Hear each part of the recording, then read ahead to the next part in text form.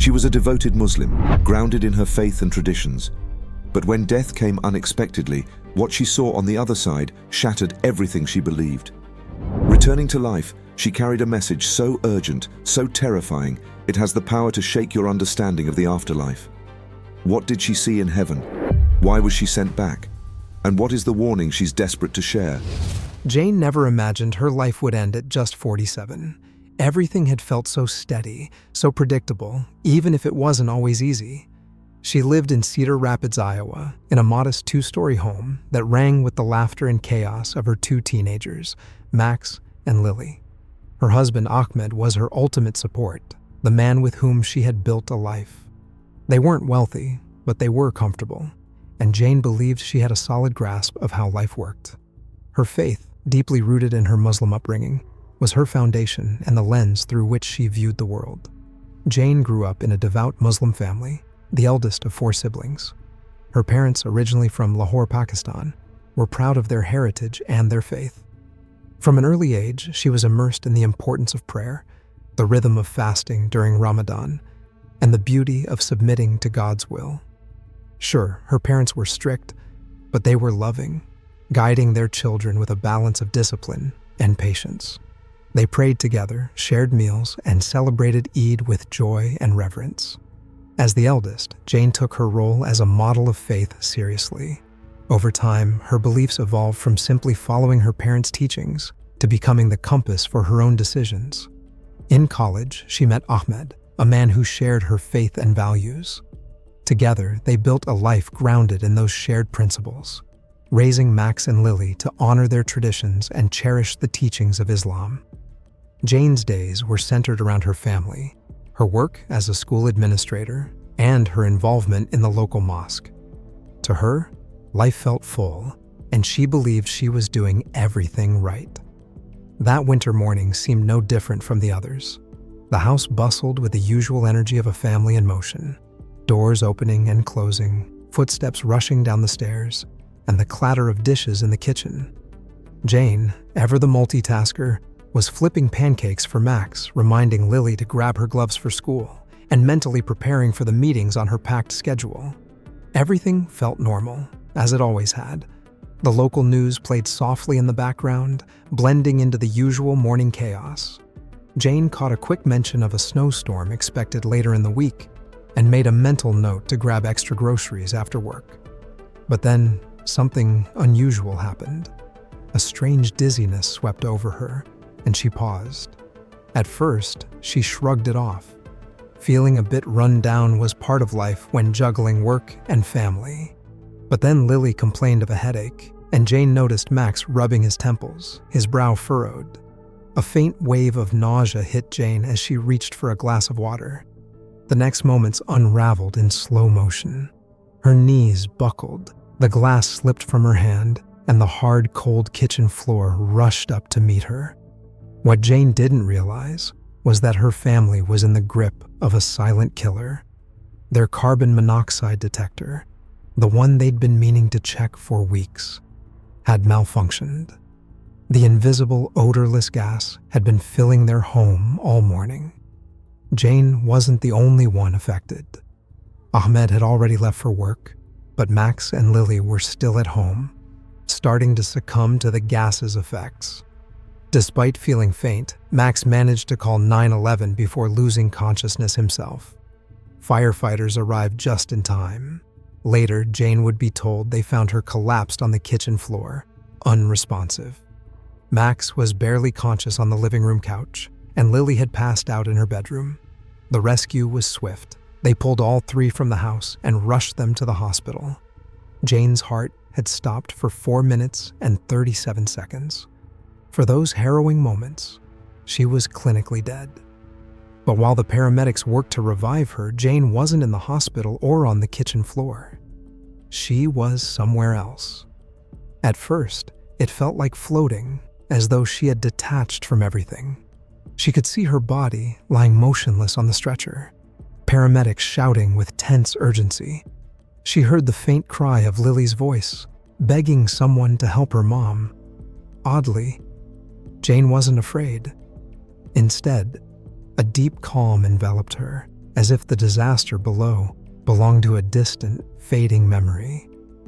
Jane looked down and saw her body, lifeless and pale, as paramedics worked urgently to save her. Her perspective shifted, and she could see Max slumped on the couch, barely conscious, and Lily being carried out by a firefighter, her tear-streaked face filled with fear. She wanted to reach for them, to comfort them, to say everything would be okay. But she couldn't. She was just watching.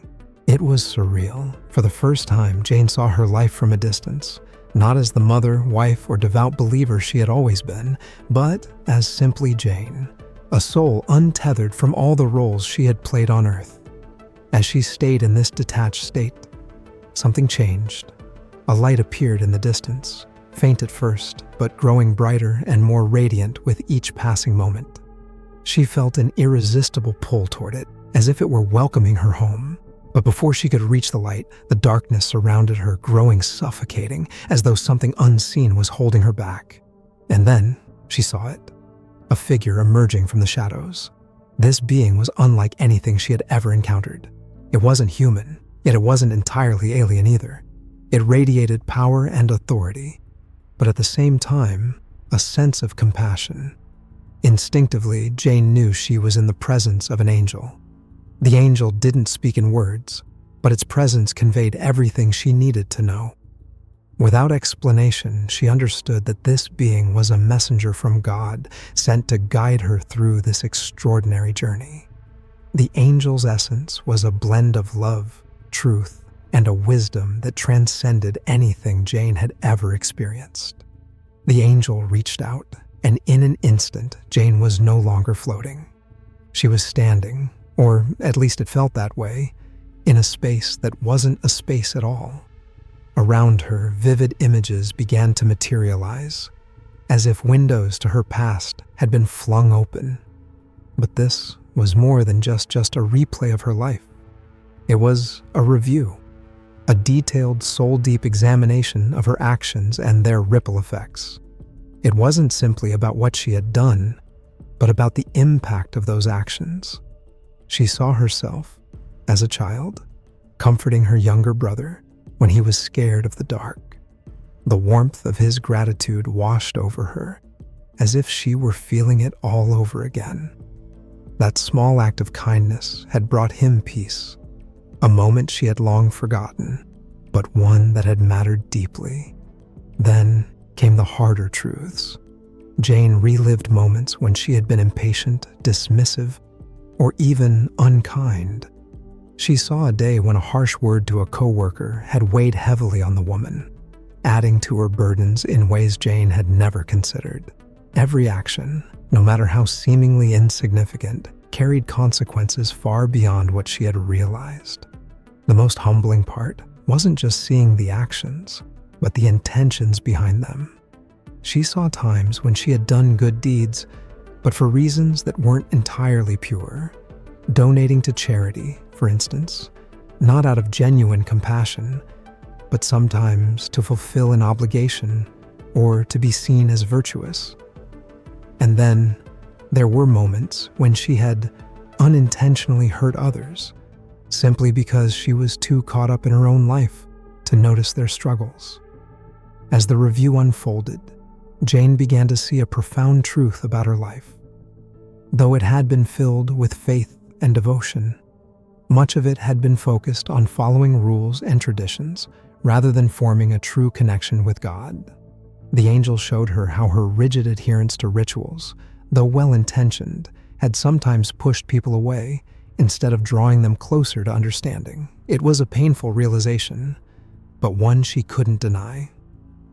When the review ended, Jane found herself standing before the angel once more. Its gaze was piercing straight into her soul. She felt as though it could see everything, her fears, doubts, and even her most hidden flaws. Still, there was no judgment in its eyes. Instead, there was a quiet, patient expectation, as though it were waiting for her to grasp something profound. And then, the angel began to show her things she had never known, truths that would transform everything she thought she understood. Jane found herself standing before a vast expanse of souls, stretching out like a shining river of light. Some souls moved upward, drawn irresistibly toward a brilliant, radiant glow that she instinctively knew was heaven. Others drifted downward, pulled toward a shadowy abyss. The angel didn't need to explain. Jane understood. These souls were moving toward their eternal destinations, shaped by the choices they had made in life. But it wasn't simply about their actions. It was about their beliefs, the state of their hearts, and what had truly guided them during their lives. Then, she saw him, Jesus. It wasn't the image of Jesus she had seen in movies or art.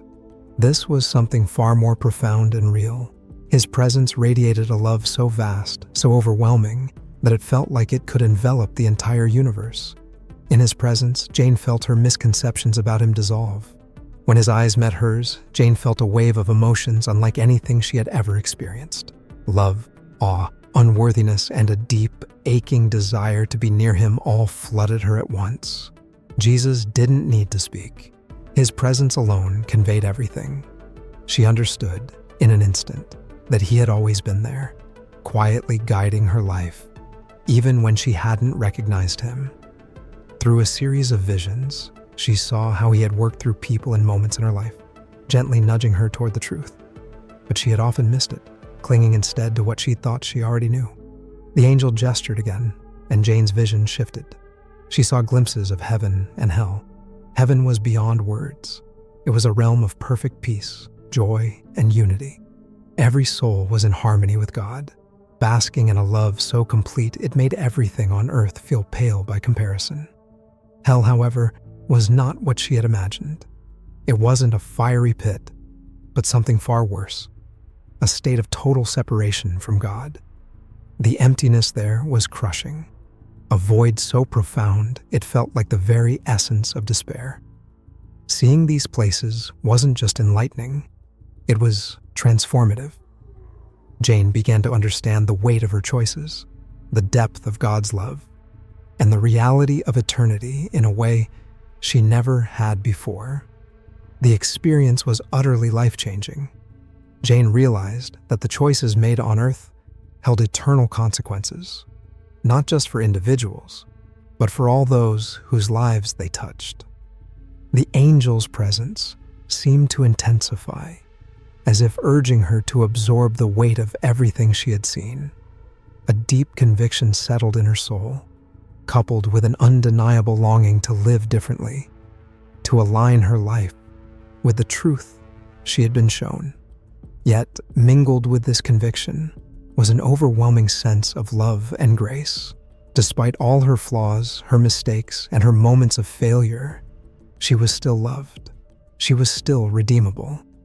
That realization, more than anything, filled her with hope. The angel remained silent, but commanding, its presence preparing her for what lay ahead. The visions of the souls, the radiant light of heaven, the suffocating emptiness of hell, and the overwhelming presence of Jesus. These were only the beginning. Jane felt it in the depths of her being. There was more. Something even greater awaited, something that would forever change her understanding of life and eternity.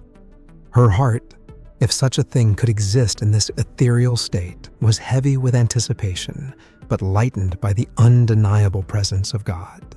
She stood on the threshold of eternity. Then the angel gestured, and instantly Jane found herself in a place beyond comprehension. Time, space, and everything familiar faded into irrelevance. Before her stretched what she could only describe as the gates of eternity. The light spilling from beyond them felt alive. It was filled with energy, love, and truth, as though the essence of creation itself had been concentrated into one radiant source. The beauty was indescribable, transcending anything she had ever imagined. Yet she couldn't approach it. Not yet. The angel's presence held her back, silently conveying, "You're not ready." Instead, her attention shifted to another vision, The scene darkened, growing colder and more oppressive. It was a place of despair. She saw countless souls wandering aimlessly, their movements slow and purposeless. This wasn't the torment she had once imagined hell to be. Instead, it was something far more haunting. Their anguish was silent but agonizing, a deep, crushing isolation. These souls were trapped in the total absence of God, the absence of love and hope. It was the agony of separation from God, the weight of regret, and the unbearable knowledge that they had chosen this fate by turning away from Him. Jane wanted to look away, to escape the suffocating sorrow of their existence. But she couldn't. She had to see it. She had to understand the reality of what was being shown to her.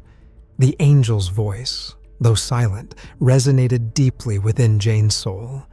This is what it means to be apart from God, it seemed to say. This is the consequence of choosing pride over surrender, of choosing lies over truth. The weight of those words was insane. Jane felt an overwhelming urge to cry out, to plead for the release of those lost souls.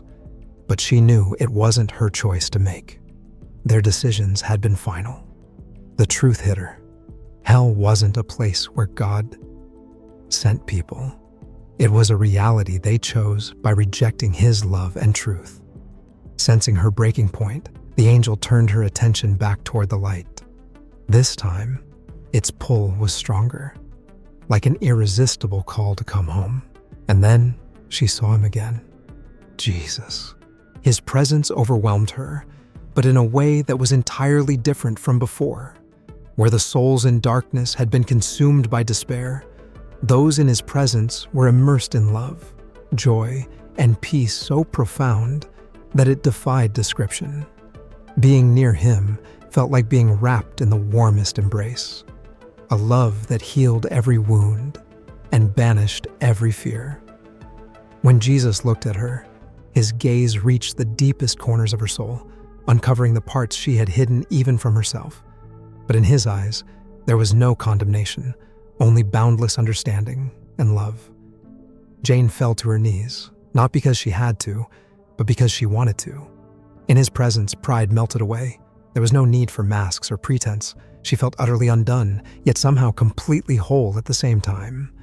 Though Jesus didn't speak aloud, His message was crystal clear. It echoed through her soul.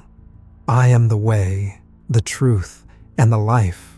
Come to me, and I will give you rest. Those words, so familiar from Scripture, now carried a weight and reality she had never fully understood. The angel gestured again, and Jane's vision shifted. This time, she saw heaven, not just its breathtaking beauty, though that alone was beyond words, but its essence. Every soul in heaven radiated with God's light, their joy and peace overflowing in a way that seemed limitless. She saw them worshiping, not out of duty, but out of pure, uncontainable love. It was as if they had found the very purpose of their existence, and their gratitude poured out naturally and endlessly. Jane felt the overwhelming pull of heaven, but she also knew deep in her soul that she wasn't meant to stay. The angel turned to her, and the weight of a decision pressed heavily on her heart. She was given a choice: to remain in the eternal peace of heaven, or to return to earth and share what she had seen. The thought of leaving was unbearable. The love, the peace, the perfection of heaven. It was everything her soul longed for. Still, a quiet conviction stirred within her. The visions she had been shown weren't just for her. They were meant to be shared. She had a purpose still to fulfill. Jane wanted nothing more than to stay in that place, to remain with Jesus, and to leave behind the pain and struggles of the world. But deep down, she knew what she had to do. The angel didn't push her toward a decision. It simply stood, steady and patient, waiting. Her thoughts turned to her family, Max, Lily, and Ahmed. She thought of others too, all those searching for truth, blinded by their own misunderstandings. just as she once had been. The realization struck her. This experience wasn't meant solely for her. It was a gift, a message she was entrusted to share. With a heart weighed down by the thought of leaving, but lifted by a new sense of purpose, Jane made her choice. She would return. The moment she decided, everything began to shift. The lights started to fade. The angel's presence grew fainter, and she felt herself being pulled back. It wasn't frightening, more like being gently guided home. The last thing she saw before everything went dark was Jesus, his gaze filled with love and a promise that he would always be with her. When Jane opened her eyes, the radiant glow of heaven had been replaced by the sterile, fluorescent lights of a hospital room. Pain radiated through her chest from the paramedics' compressions, and her head spun with confusion. But she was alive. Her gaze fell on her family. Max and Lily stood by her bedside, their faces streaked with tears. Ahmed held her hand tightly, as though afraid she might slip away again. Jane wanted to speak, to tell them everything, but no words came. Instead, she squeezed Ahmed's hand and closed her eyes, grateful to be back, yet forever changed. In the days that followed, as her body slowly healed, Jane struggled to process everything she had seen. The world she returned to was the same, but she was not. The experience had transformed her in ways she could barely begin to comprehend. She knew she couldn't keep it to herself, but sharing it felt daunting. When she finally began to open up, the reactions weren't what she had hoped for. Her family, the people who knew her best, seemed hesitant, torn between concern and disbelief. Ahmed was the first to voice what they were all thinking. "Jane," he said gently, "you've been through a traumatic experience. The doctors said the lack of oxygen might have caused hallucinations. Maybe that's all this was." His words cut deep, but Jane couldn't blame him. How could she expect anyone to believe her when she could barely grasp it herself? Max and Lily were quieter, but their unease was written all over their faces. Sensitive and thoughtful, Lily avoided eye contact whenever Jane tried to bring it up. Max, in contrast, seemed angry, his expressions tight and guarded. Jane knew that sharing her story wouldn't be easy. The world she had returned to wasn't ready for what she had seen, but the mission she'd been given burned within her, and she was determined to find a way to fulfill it, no matter the doubts or challenges ahead. Max often avoided the topic entirely. Whenever Jane tried to explain what she had seen and how real it was, he would change the subject or leave the room. It was as if her words made him uncomfortable. She tried again and again to convey the vividness of her experience, the undeniable reality of it. It was more real than anything she had ever felt. But no matter how passionately she spoke, her words seemed to hit a wall. Ahmed's practical mindset made it hard for him to accept something that couldn't be scientifically explained, and the kids were still grappling with the trauma of almost losing her. Jane felt a loneliness she had never known before. The rejection wasn't confined to her family. When she confided in a few close friends, hoping they might understand, their reactions mirrored those of her family. Some nodded politely, offering vague encouragement before steering the conversation elsewhere. Others were more direct. Her friend Sarah had been particularly blunt. "Jane, I know you're trying to make sense of what happened," she said, "but maybe it's best to focus on your recovery. Dwelling on this might not be healthy." Jane wanted to scream. She wanted to shake them and make them see what she had seen, feel what she had felt. But she didn't. Instead, she withdrew, growing more isolated with every passing day. She began to question herself. Should she keep trying to share her story? Maybe they were right. Maybe it would be easier to stay quiet and pretend that nothing had changed. But she couldn't. The memory of Jesus, the angel, and the soul she had seen was imprinted on her soul, undeniable and unshakable. She knew she had been given this experience for a reason, and no amount of skepticism could erase that. Even if no one believed her, she had to keep trying. And slowly, things began to shift. One evening, as Jane sat alone in the living room, lost in thought, Lily quietly joined her. She didn't speak right away, just sat beside her, staring at her hands. Finally, in a voice barely above a whisper, she asked, "Mom, what was it like, seeing him?" Jane turned to her, her heart swelling with relief. Lily really wanted to know. Taking a deep breath, Jane began to describe the experience. She spoke of the overwhelming love she had felt in Jesus' presence, the way his gaze had touched the deepest parts of her soul. Lily listened, her eyes wide and filled with tears. When Jane finished, Lily said softly, "I don't know if I understand it all, but I believe you, Mom." Those words were like rain on parched ground. For the first time, Jane felt a glimmer of hope. If Lily could believe her, maybe others could too. Encouraged, Jane began sharing her story more openly.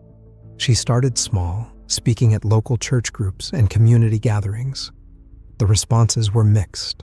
Some people were moved, their faces filled with wonder, while others remained skeptical, arms crossed, and expressions wary. But Jane refused to let the doubts discourage her. She carried the memory of that radiant love and truth with her, knowing it was about fulfilling the purpose she had been given. And with each word she spoke, Jane felt her mission becoming clearer, her resolve growing stronger. Jane knew she had a message to share, and somewhere out there, people were waiting to hear it. As she continued to tell her story, the ripple effects began to spread. People who had been struggling with their faith started reaching out, sharing their doubts and fears.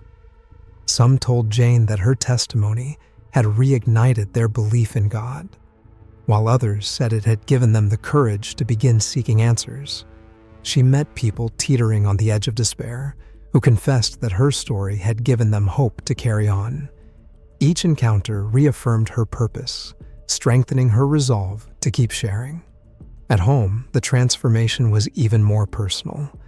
Lily, who had been hesitant at first, began asking deeper questions about faith, God, and what it truly meant to believe.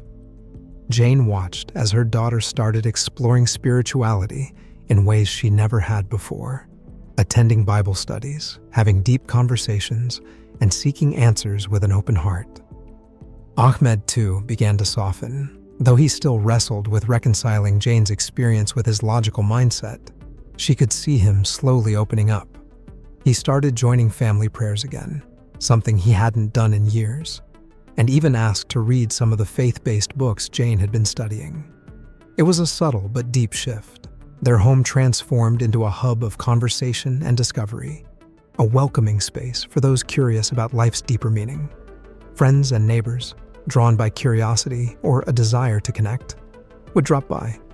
Casual chats over coffee often turned into heartfelt discussions about faith, eternity, and the purpose of life.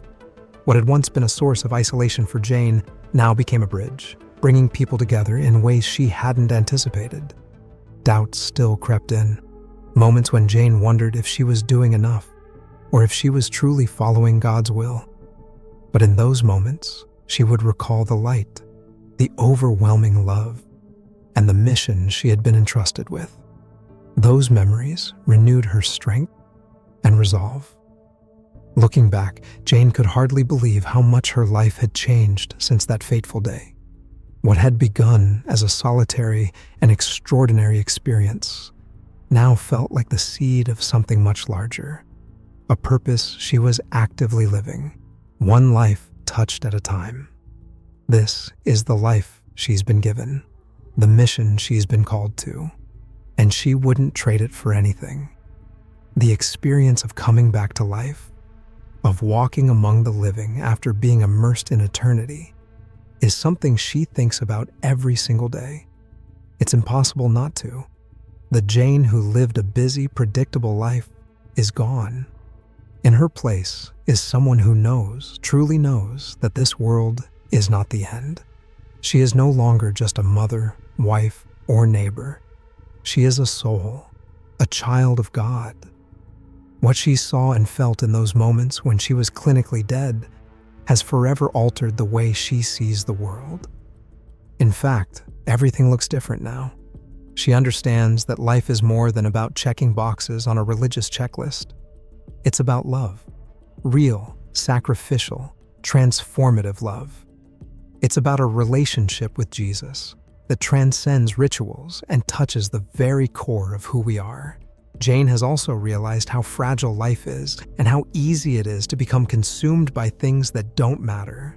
Money, success, reputation, none of it holds weight in the scope of eternity. What matters is how we love God, how we love others, and whether we've embraced the truth of who Jesus is. These aren't abstract concepts to Jane anymore. They're the foundation of everything she does. Jane doesn't see herself as the hero of this story. She doesn't have all the answers, nor does she have the power to save anyone. That's Jesus. Her role is simply to point people toward Him, to share what she's seen and felt, and to trust that He will take care of the rest. Every day, Jane prays for God to use her in whatever way He sees fit. And every day, she's amazed by how He answers. If Jane's story has moved you, if it's sparked a moment of reflection, then take this as a sign to explore what's next. Seek Him. Ask yourself the questions that linger in your heart. Open your mind to the idea that life holds more than the everyday routine. You don't have to have all the answers or know exactly what to do. Just take the first step. God will meet you there, just as He met Jane, and lead you into a love that can change everything. We all know death is a fact of life, but it's that very reality that makes life so valuable. Knowing our time is limited often pushes us to live with meaning, to find purpose, and to pursue what matters most. This is why people make bucket lists, to remind themselves of the experiences and goals that bring joy and fulfillment. But let's be honest, most of us don't live with that kind of awareness. We let daily routines take over. Work commutes, laundry piles, social media scrolling, it all eats up our time and pulls our focus away from what's truly important. It's easy to lose sight of what we're really here for. Some people, however, have a deeper understanding of life's value. Those who have faced death and returned often talk about how it changed their perspective forever. Near-death experiences are more than dramatic moments. They're awakenings. These individuals come back with a fresh understanding of how precious life is and what really matters. Hearing their stories reminds us of truths we might have forgotten. Love, faith, connection. These are the things that matter, not how perfect we look, how much money we make, or how many likes we get on a post. People who've brushed against death speak of the things that stay with them, their relationships, the kindness they gave, the moments of purpose they found in small everyday acts. Jeffrey Olsen knows this truth intimately. He lost his wife, his infant son, and one of his legs in a devastating car accident. 25 years ago, Olsen was driving his family back to their home in Bountiful, Utah after an Easter gathering when he nodded off for a moment. At over 75 miles per hour, the car veered off course and flipped multiple times. When Olsen regained consciousness, pinned inside the mangled vehicle, he instantly knew his wife and baby boy were gone. Only his older son had survived. Olsen himself was critically injured. He suffered a broken back, ruptured intestines, and the loss of his leg. He was airlifted from the scene and spent 6 months in the hospital, enduring 18 surgeries. For over a decade, Olsen couldn't bring himself to speak about what happened. But when he finally began to open up, he shared something extraordinary about that tragic day. "My soul left my body at that moment," Olsen recalls. "I was more alive than I'd ever been. I was super conscious, suspended in a bubble of light." He describes being bathed in a sense of peace and clarity unlike anything he had ever known.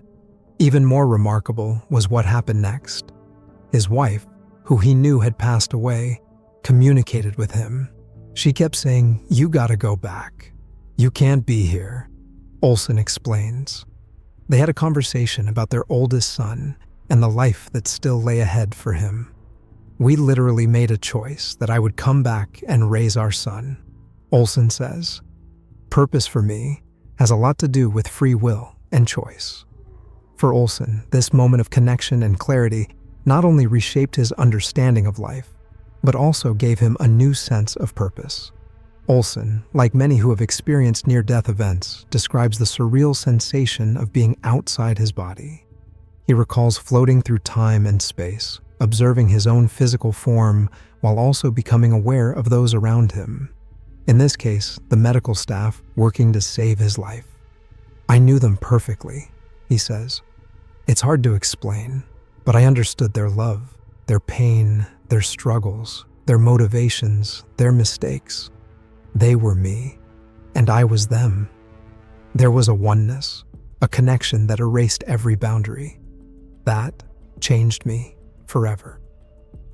Raised in a conservative Christian home, Olson says this experience gave him a deeper understanding of the teachings of Jesus.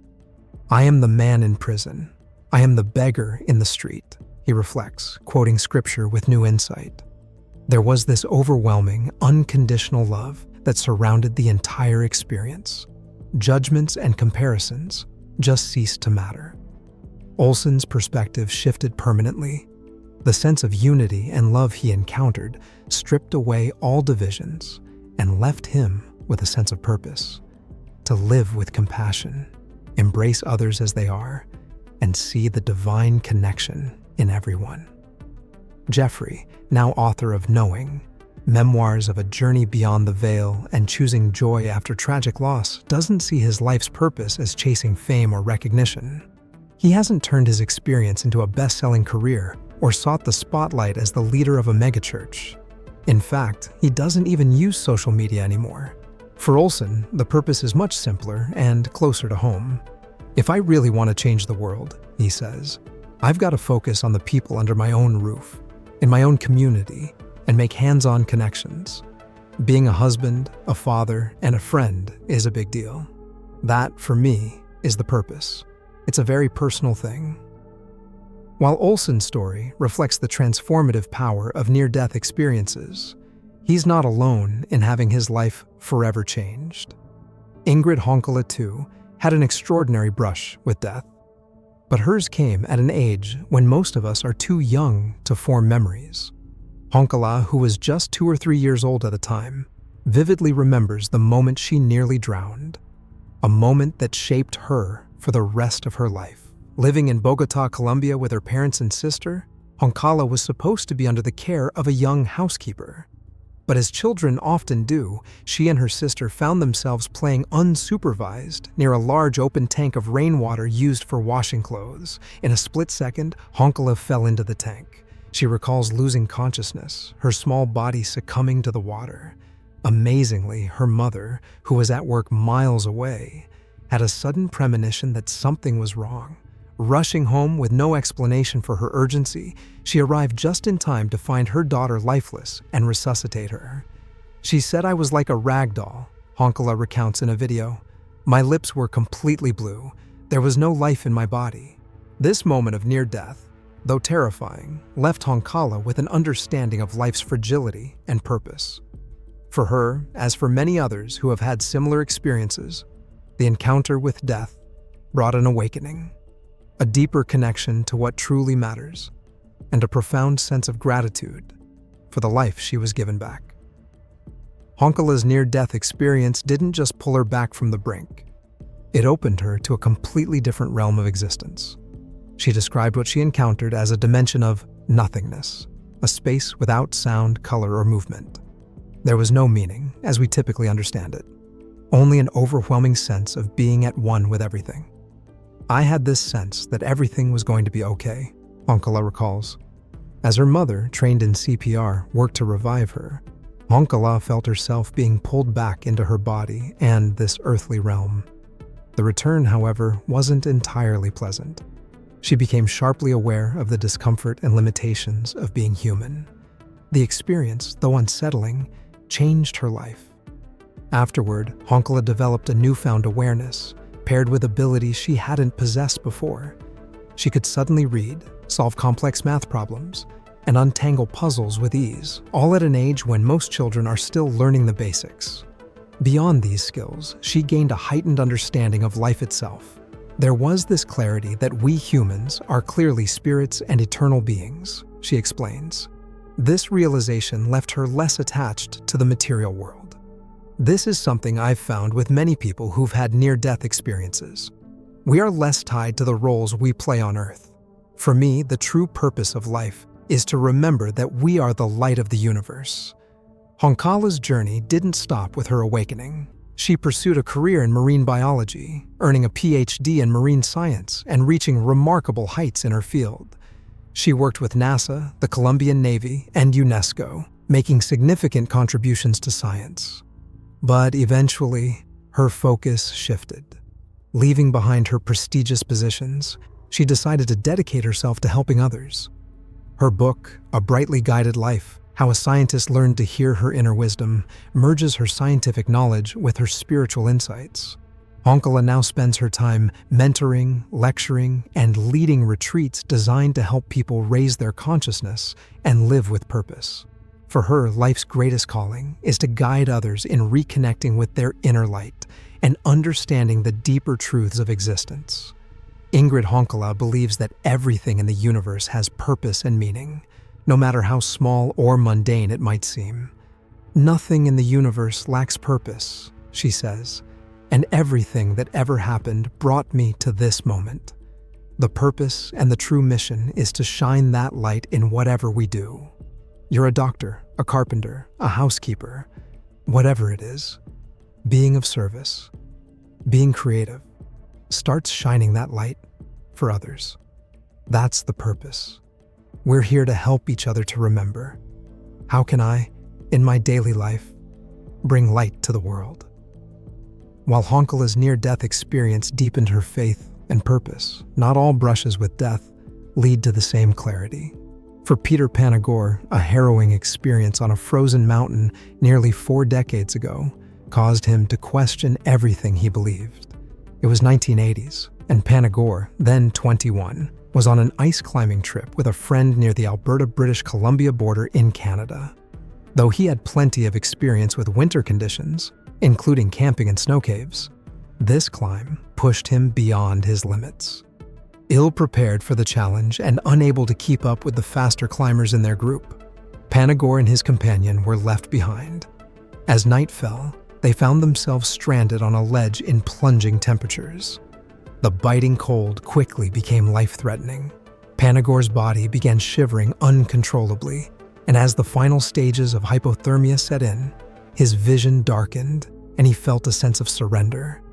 "I could feel my eyeballs freezing," he recalls. His sight narrowed, collapsing inward like the shutter of a camera. Where the mountain should have been, there was an opening of infinite darkness. That moment marked the beginning of an experience that would profoundly challenge Panagore's understanding of life, death, and faith. Unlike others whose brushes with death filled them with purpose, Panagore's journey took him down a different path, one filled with doubt, loss of faith, and the search for answers in a world that suddenly felt far more complicated. Hours after Peter Panagore's brush with death, his companion shook him awake, certain he had already passed. Panagore, disoriented and stunned, recalls, "I didn't understand. I was confused. But I came back with a purpose." He describes communicating with a being during his near-death state, pleading for the chance to return. That experience left him deeply transformed and searching for meaning. Panagore became a progressive Christian clergyperson, dedicating his life to helping others and exploring spirituality. "I worked with the homeless and the poor, migrants, the ailing and the wounded, children and the elderly, and the dying and the grieving, the domestically abused," he says, finding his purpose in serving others and seeking a deeper connection to the divine. His work became a way to process and make sense of what had happened to him on that frozen mountain. However, in 2016, Panagore experienced another life-altering near-death moment, a heart attack that coincided with the release of his first book, Heaven is Beautiful: How dying taught me that death is just the beginning. This second encounter reshaped his beliefs once more. Panagore stepped away from traditional ideas of faith. I gave up on the idea of Jesus as a magical being, he says. I don't see him that way. He's more like me. Panagore began to view Jesus not as an unreachable figure, but as an example of human potential, a reflection of the abilities all people possess. He believes we too have the capacity to heal, move beyond physical limitations, and connect with the cosmic force that binds all life together. No longer tied to specific religious dogma, Panagore found purpose in sharing his experiences to help others uncover their own power and potential. His mission became about showing people that life's mysteries and meaning go far beyond traditional frameworks, offering a glimpse of the divine that exists within everyone. My purpose has been to be a helper, Peter Panagore explains. For me, living is about being in the divine as much as I can and letting the expression of that connection take its own path. I've been trying to relieve suffering, bring inspiration, and offer hope. That's really my job. But embracing this purpose isn't always smooth or effortless. Life is full of challenges, betrayals, loss, grief, and daily frustrations that can make it hard to stay grounded. Panagore recounts a moment when a driver cut him off in traffic, narrowly avoiding a collision. His reaction could have spiraled into anger, but instead, he paused. How do you handle people who are jerks? He asks. I have emotions like anyone else. My heart raced. I could taste metal in my mouth. The whole thing. But I took a breath and thought, I don't blame him for being human. Panagore's near-death experiences have given him a unique perspective on such moments. When I was dead, I saw that every human being is as broken as me. And because of that, I see light inside them, he reflects. I know they can't truly hurt me. I'm an eternal being. I know that sounds wild, but it brings me a sense of fun, curiosity, connection, and creativity. It's all for the purpose of expressing this inexpressible divine light that we all come from and return to. For Panagore, this understanding has reshaped his approach to life and relationships. His work as a helper and his perspective on human imperfection both stem from a profound sense of connection to the divine and a mission to share that light with the world. This notion of transcendent experience is not unique to Panagore. At the end of Plato's Republic, Socrates tells a fascinating story about a warrior named who dies in battle, only to come back to life 12 days later with an incredible tale. Claims his soul left his body and traveled to a mysterious place where people were judged for their actions and radiant beings descended from above. While this may sound like ancient mythology, what's striking is how similar account is to the stories we hear from people today who have survived close encounters with death. From ancient Greece to modern times, across cultures and centuries, people who survive near-death experiences often share common themes. Many describe the sensation of leaving their physical body and entering another realm. Some talk about feeling overwhelming peace, moving through a dark tunnel toward a bright light, or even reliving moments from their life in vivid panoramic detail. These experiences, while deeply personal, are so consistent that scientists and doctors have given them a name: near-death experiences, or NDEs. But what exactly are NDEs? While there isn't a strict definition, they're generally understood as the deep, almost mystical events that people report when they've been close to death. They are most commonly seen in individuals who survive extreme circumstances like cardiac arrest or severe head trauma, conditions that would typically lead to death if not for immediate medical intervention. As Bruce Grayson, a psychiatrist at the University of Virginia and a leading researcher on NDEs for nearly 50 years, explains, these are conditions where you would die and stay dead unless somebody acted quickly with emergency procedures to save your life. These incredible experiences might be more common than you'd think. In the US alone, an estimated 9 million people have reported having a near-death experience, according to a 2011 study published in the Annals of the New York Academy of Sciences. That's not just a handful of stories. It's a massive number of people, each with a unique glimpse into what might lie beyond. What's fascinating is how deeply these events affect those who experience them. Many NDers, as they're called, come back with a renewed passion for life. They often describe feeling more compassionate, more connected to others, and less afraid of death. But it's not always sunshine and light. For some, the transition back to normal life can be jarring. They struggle to fit back into routines, leaving loved ones puzzled by their newfound beliefs. In some cases, the changes are so profound that relationships fall apart. Some NDers even divorce their spouses.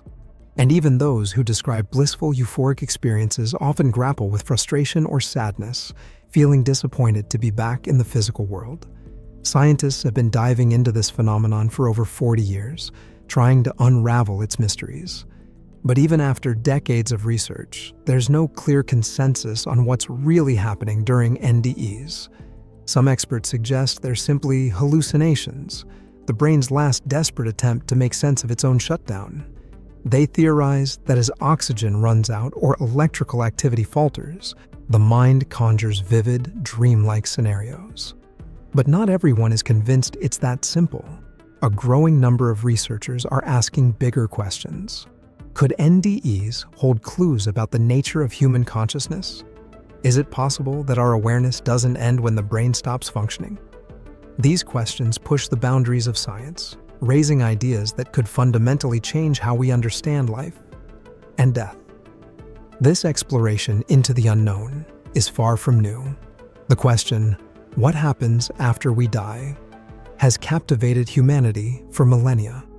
Evidence of our curiosity stretches back at least 34,000 years to ancient peoples in Sungir, Russia, who buried their dead with ivory beads and ornamental items.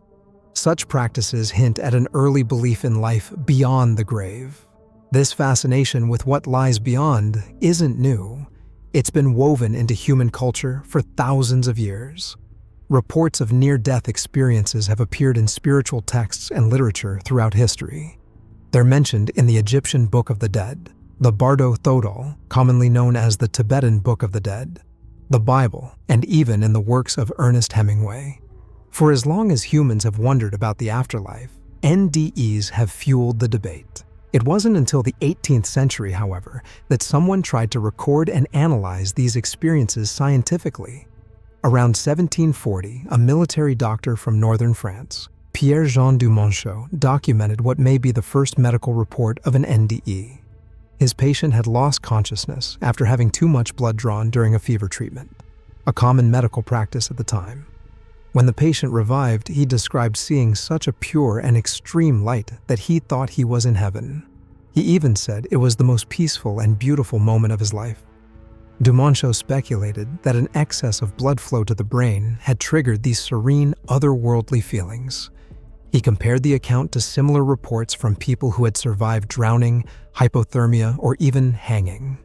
While his explanation was rooted in the limited science of his time, it marked a pivotal moment, the beginning of attempts to understand these extraordinary events from a scientific perspective.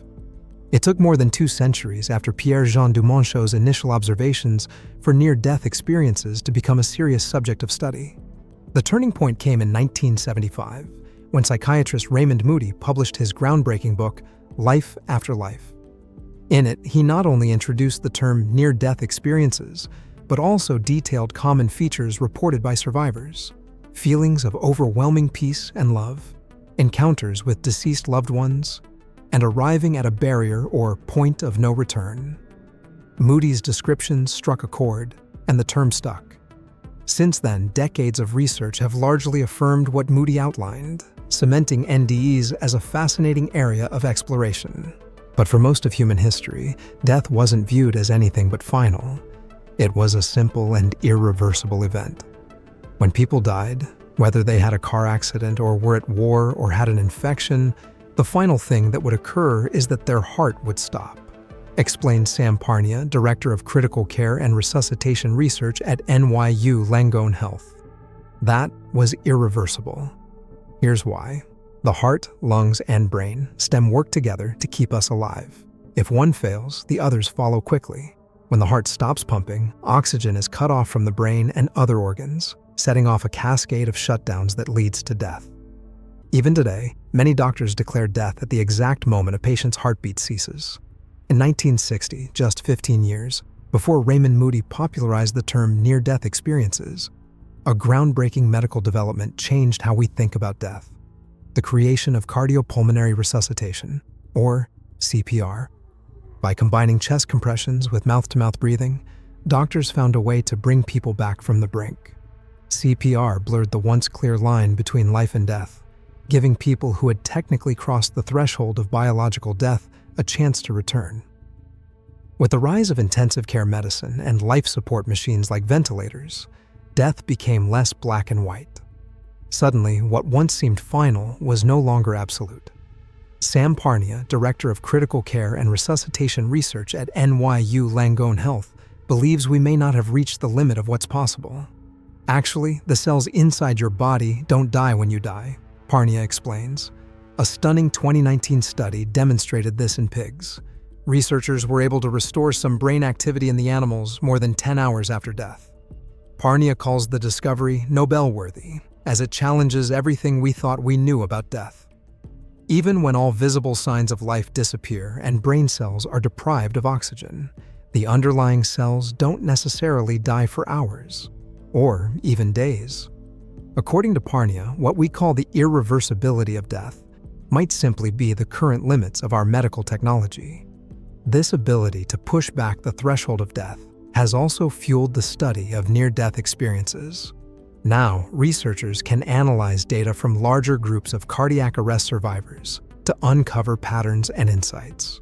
For instance, a 2001 study in Dutch hospitals looked at 344 patients who had been successfully resuscitated. Of those, 18% reported having an NDE. John's story adds a deeply personal dimension to this research. Before his 3rd birthday, his heart stopped. His grandmother vividly remembers the chaos, people crazily performing chest compressions, John's small body lifeless and blue. He was rushed to the hospital by ambulance, and after being revived and stabilized, he was eventually discharged. But the story didn't end there. One day, while playing, John turned to his grandmother and said, "Grandma, when I died, I saw a lady." Surprised, she asked John's mother if anyone had mentioned his cardiac arrest to him. "No, absolutely not," she replied. But John kept talking about his experience. "When I was in the doctor's car, the belt came undone, and I was looking down from above," he said, describing a vivid memory of floating outside his body. John's case is detailed in a 2014 paper by Dr. Sam Parnia, who has studied NDEs extensively. What makes cases like John's so fascinating is that they include features that seem to defy explanation. One common element of NDEs is what researchers call a life review. Survivors often describe seeing their lives flash before their eyes, reliving key moments with incredible clarity. But as Parnia points out, this isn't just a greatest hits reel of their life. You end up judging yourself based on your worth as a human being, he explains. What's even more mysterious is how this review plays out. Survivors frequently describe experiencing these moments through the eyes of the people they interacted with, seeing their actions and choices from another person's perspective. It's not just about what they did, but how they made others feel. This phenomenon, Parnia notes, is incredibly hard to explain. Even more intriguing, many NDEs bring up memories that seem impossible to recall, such as events from early childhood. In John's case, he was too young to understand what was happening when his heart stopped. Yet he described clear details of what occurred during and after his cardiac arrest. Adding another layer of mystery is one of the most fascinating aspects of NDEs, the out-of-body experience DOT. This phenomenon is where people report that their consciousness seems to leave their physical body, often floating above it, observing everything happening around them. Even more astonishing, some NDE survivors recall these moments with uncanny accuracy, describing events or details they couldn't have seen or known while unconscious. Dr. Bruce Grayson, a leading researcher on NDEs, shared one such case in his 2021 book, After. He recounts the story of Holly, a patient who had overdosed and was unconscious. When she woke up, Holly described a conversation between Grayson and a roommate that had taken place in another room entirely. She even pointed out a specific detail: Grayson's striped tie with spaghetti sauce on it.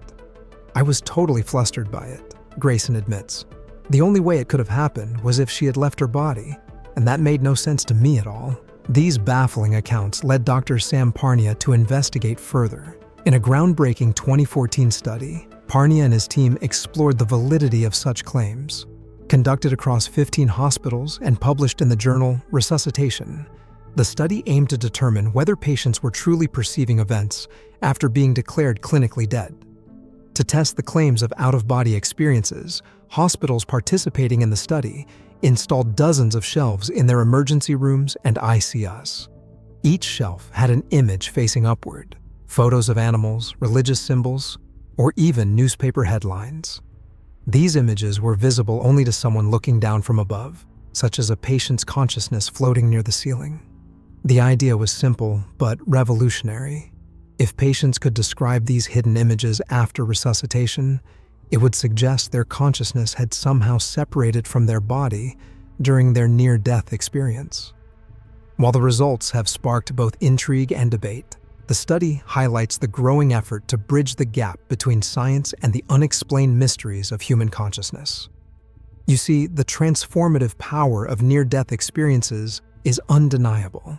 These deeply mystical encounters often lead to profound changes in how people see themselves and the world. Many report feeling a surge of empathy, caring less about wealth or social status, and focusing more on connection and compassion. And here's the fascinating part: even learning about NDEs can inspire major life changes. Research cited by Dr. Bruce Grayson shows that students who studied NDEs became noticeably more empathetic, changes that lasted even a year later. The idea of the near-death experience touches something that we all know deep in our being. Grayson says, "We are not here alone.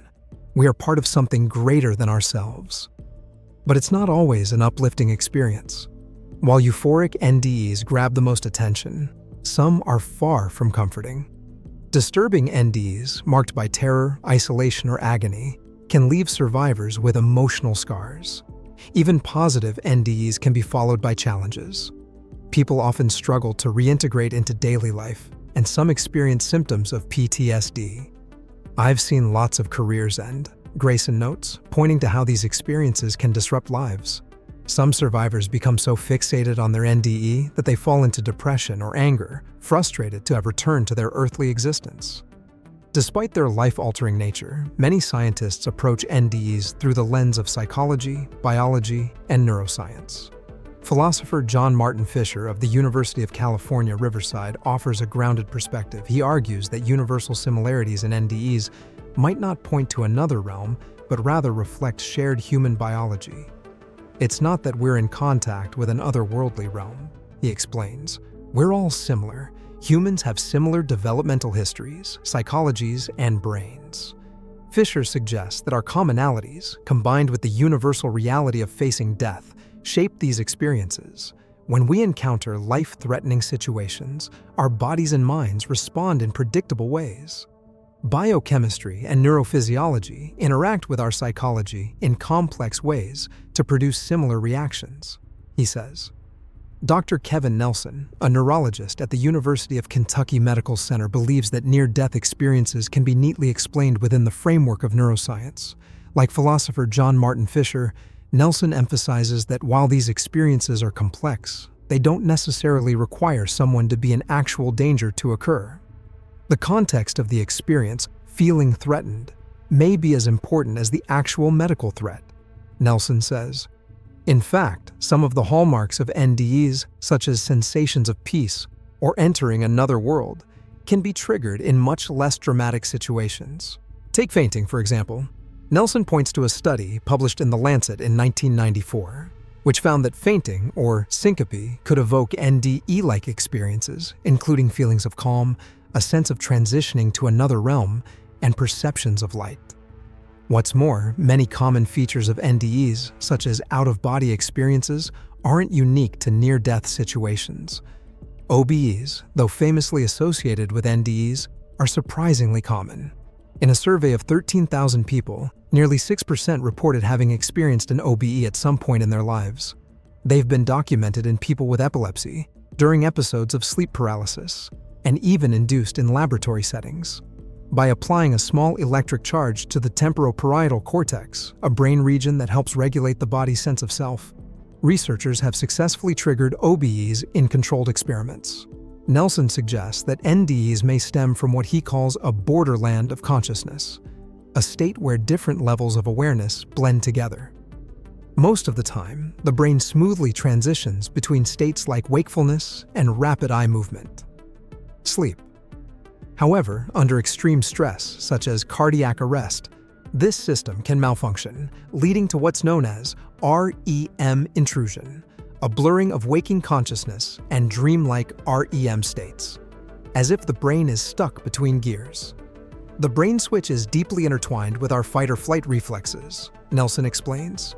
In a study published in Neurology involving 55 people who had experienced NDEs, Nelson and his colleagues found that individuals who had a history of REM intrusion were more likely to have an NDE during life-threatening events. Essentially, those whose brain pathways were already prone to mixing wakefulness and REM sleep were more likely to experience the vivid and surreal elements often reported in NDEs. Many of the defining characteristics of near-death experiences, such as the perception of light or out-of-body sensations, can be tied to what Dr. Kevin Nelson describes as a hybrid state of consciousness. REM sleep is characterized by the activation of visual systems. Nelson explains, "So I would expect someone to experience light." Similarly, out-of-body experiences, often linked to NDEs, are also associated with REM intrusion, where the boundaries between wakefulness and REM sleep blur. Even sensations of bliss, or what some call mystical feelings of oneness, might be explained, he argues, by reduced oxygen and blood flow, as the brain struggles to stay functional during a crisis. However, not everyone agrees with these interpretations. Dr. Bruce Greyson has challenged many of Nelson's theories, particularly the idea that NDEs can be fully explained by REM intrusion or fading oxygen levels. Greyson points out that NDEs often occur in conditions where REM sleep is unlikely, such as under anesthesia.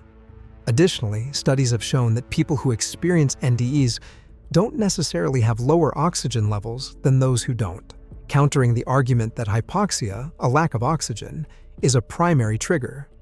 We can go on and on with all of these hypotheses, Greyson says. They sound plausible, but when you look at the data, it contradicts them. Dr. Sam Parnia takes the debate even further, suggesting that consciousness might continue even when the brain has completely shut down. This bold claim stems from his research on cardiac arrest survivors, where patients report vivid, structured thoughts and memories during periods when their brains should have been inactive. Parnia believes this could point to a fundamental misunderstanding of consciousness itself.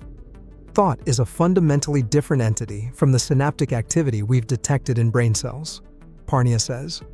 From a scientific perspective, there's not a single piece of evidence that demonstrates how brain cells could generate thoughts. He argues that the tools to measure consciousness beyond brain activity simply don't exist yet, leaving this question for future generations of scientists to explore. In the last decade, near-death experiences have found a unique place at the intersection of faith and science, with several popular nonfiction books blurring the lines and raking in impressive sales. One standout is Heaven is for Real, the 2000 then bestsellers, where a 4-year-old boy recounts his visit to heaven after surviving emergency surgery. The book struck a chord, selling over 11 million copies and landing as one Amazon's best-selling book of all time. Its 2014 Sony movie adaptation was a box office success, grossing over $100 million globally. Another notable entry, To Heaven and Back by Mary Neal, tells the story of an orthopedic surgeon's NDE following a kayaking accident. Published in 2012, the book resonated with readers, spending 6 weeks on the New York Times bestseller list. Perhaps the most talked about title among the scientific community is Proof of Heaven by neurosurgeon Eben Alexander. In this book, Alexander describes his profound NDE during a week-long coma caused by a rare case of E. coli bacterial meningitis. The book sold nearly 2 million copies, propelled him onto the cover of Newsweek, and secured appearances on shows like Fox and Friends. Alexander's medical credentials were front and center, lending credibility to his claims of an afterlife.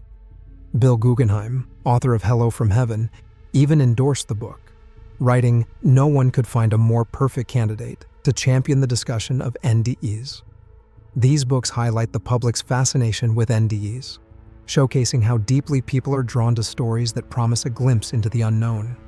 While skeptics question the blending of anecdote and science, these narratives continue to spark conversation and bridge the gap between belief and research. What do you believe lies beyond this life? Share your thoughts below. If you enjoyed the video, don't forget to hit the like and subscribe button for more.